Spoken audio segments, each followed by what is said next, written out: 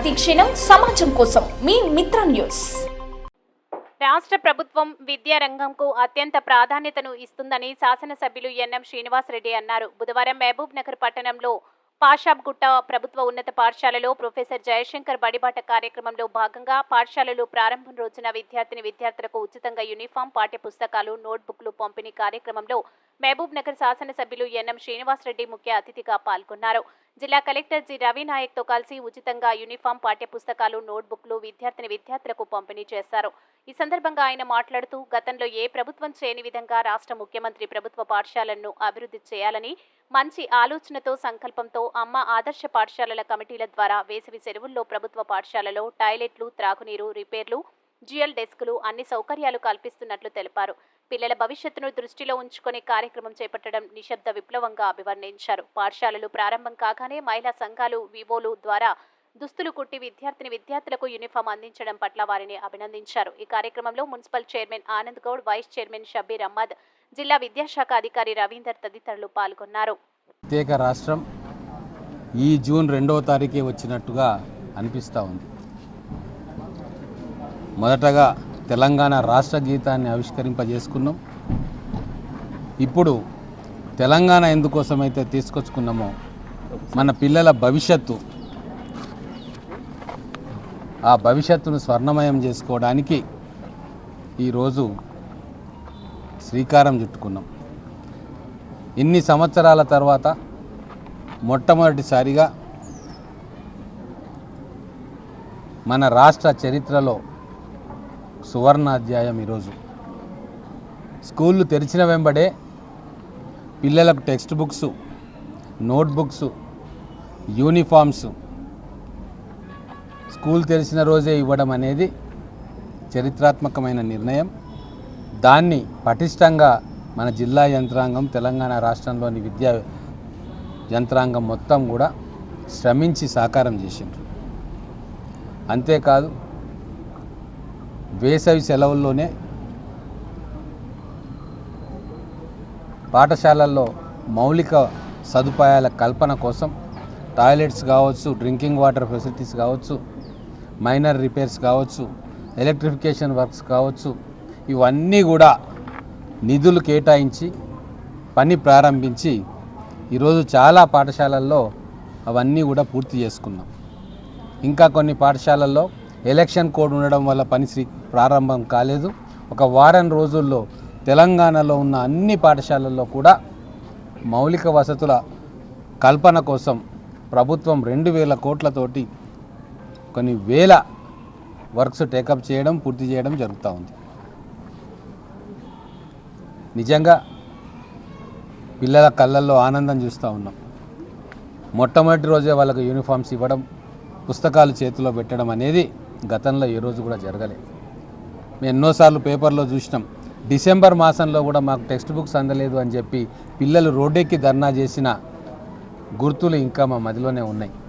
వాటన్నిటినీ కూడా పరిష్కరిస్తూ గౌరవ ముఖ్యమంత్రి రేవంత్ రెడ్డి గారు విద్యా వ్యవస్థను ప్రక్షాళన చేయాలని చెప్పి, విద్యా వ్యవస్థను మెరుగుపరచాలని చెప్పి ఒక యజ్ఞంలాగా అధికారులందరితోటి, ఎమ్మెల్యేలు, మంత్రులతోటి సమాలోచనలు చేసి అద్భుతమైన కార్యాచరణ తీసుకున్నారు.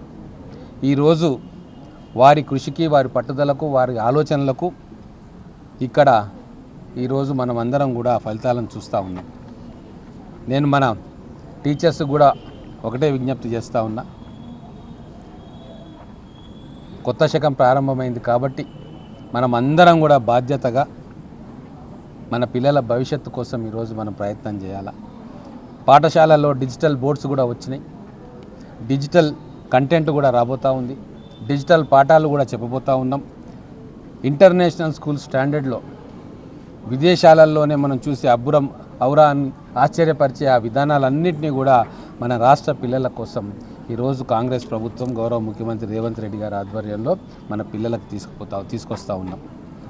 విద్యా వ్యవస్థ కోసం, పిల్లల చదువు కోసం పేద మధ్యతరగతి వర్గాలు ఇక నుంచి ₹1 కూడా ఖర్చు పెట్టే అవసరం లేకుండా, ప్రైవేట్ స్కూళ్ళల్లోకి పిల్లలను పంపే అవసరం లేకుండా, అంతకంటే మంచి ప్రమాణాలతోటి ఈరోజు ప్రభుత్వ పాఠశాలలోనే వాళ్లకు మెరుగైన విద్య అందించడానికి మేమందరం కూడా కృషి చేస్తూ ఉన్నాం. అందుకే దయచేసి మీ అందరికీ కూడా మీ ద్వారా పేద మధ్యతరగతి వర్గాలకు నేను ఒకటే విజ్ఞప్తి చేస్తూ ఉన్నా, మీ పిల్లలని అందుబాటులో ప్రభుత్వ పాఠశాల దగ్గరలో ఉంటే మీరు వెళ్ళి ఒకసారి చూడండి, అక్కడ పరిస్థితులను చూడండి, ఎంత బాగైనాయో చూడండి. ప్రభుత్వ పాఠశాలలోకి మీ పిల్లల్ని పంపించుకుంటే అద్భుతమైన విద్య మీ పిల్లలకు అందించడంతో పాటు మీకు ఆర్థిక భారం కూడా తప్పుతుంది. అంతేకాదు ప్రభుత్వం జీవోలు కూడా తీసుకొచ్చింది.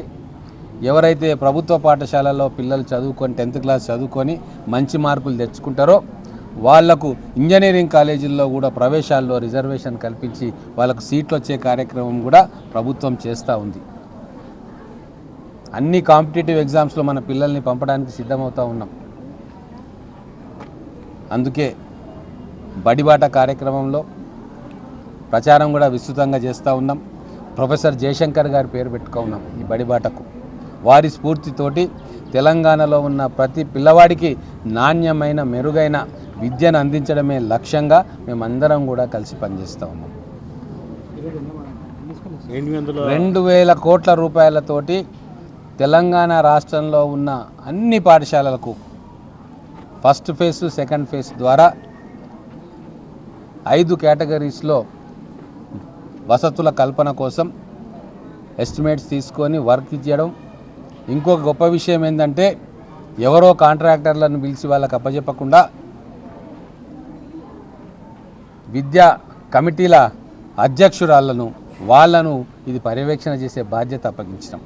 అంటే తెలంగాణలో విద్యను మహోన్నతమైన స్థానంలోకి తీసుకెళ్ళడానికి అమ్మలను, అక్కలను, తల్లులను, చెల్లెళ్ళకే ఆ బాధ్యత ఇస్తూ ఉన్నాం. వాళ్ళే పట్టుదలతోటి పిల్లల విద్య కోసం కృషి చేస్తారని ఒక నమ్మకంతో గౌరవ ముఖ్యమంత్రి గారు ఆడబిడ్డల చేతుల్లోనే విద్యా వ్యవస్థను ప్రక్షాళన చేసే బాధ్యత కూడా వారికి అప్పగించారు. ఖచ్చితంగా మాకు నమ్మకం ఉంది, వాళ్ళ సారథ్యంలో రాబోయే రోజుల్లో తెలంగాణలో విద్యకు మహర్దశ పట్టబోతుందన్న నమ్మకం మా అందరికీ కూడా ఉంది.